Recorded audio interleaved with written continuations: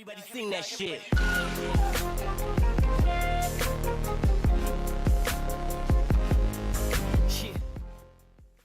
Motson admits he was always on a knife edge when commentating. In recent months, you will have read that John Motson is hanging up his mick and sheepskin coat after 5 decades of sending his delectable tones into our homes. So after all these years, after attending more than 2,500 matches, is there anything he has yet to reveal? What I've never said is I was on a knife edge the entire time, explains Motson. It never left me. If on Match of the Day I committed a real faux pas, where would that have left me in the audience's estimations? It was a lovely adventure, it was a privilege to do it for the BBC. But I've got to be honest, I was on edge. Even on my last game, Crystal Palace v West Brom, I was thinking, oh goodness me, what number is James MacArthur? It wasn't a walk in the park. The nerves never showed. Motson, the man who co-commentated with Muhammad Ali and sat alongside a crying Bobby Charlton at the 1982 World Cup, was unflappable to us all.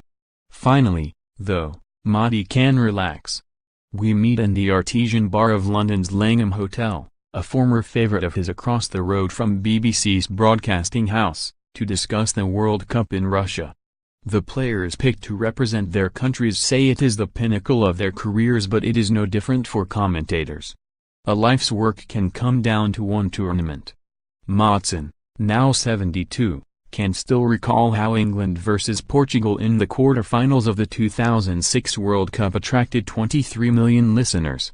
Sir Peter O'Sullivan once said to me when I was very, very young in the business, "The only commentary you will be remembered for is the one you got wrong." Motson says. A very sobering thought, that. It used to take me nearly a year to prepare for a World Cup.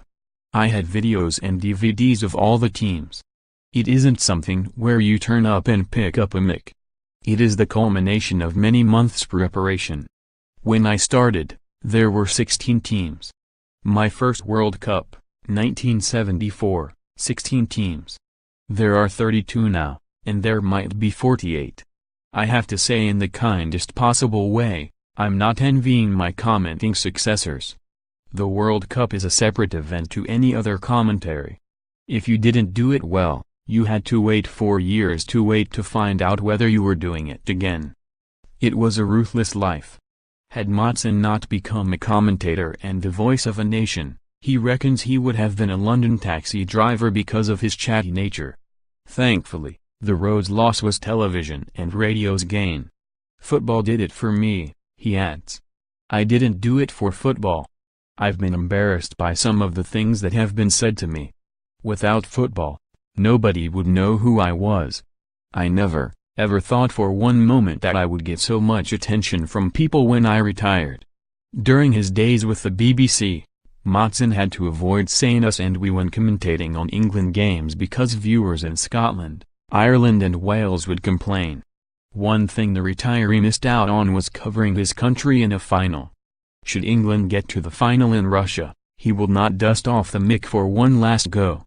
Instead, Motson will phone the BBC Sky Mowbray, wish him luck and enjoy his retirement by cheering on England from an armchair. After 50 years of work, it is well deserved. World Cup Motty, my World Cup stories published by St. James's House is full of personal stories from John Motson as he looks back at the 17 World Cups he has experienced and covered during his life.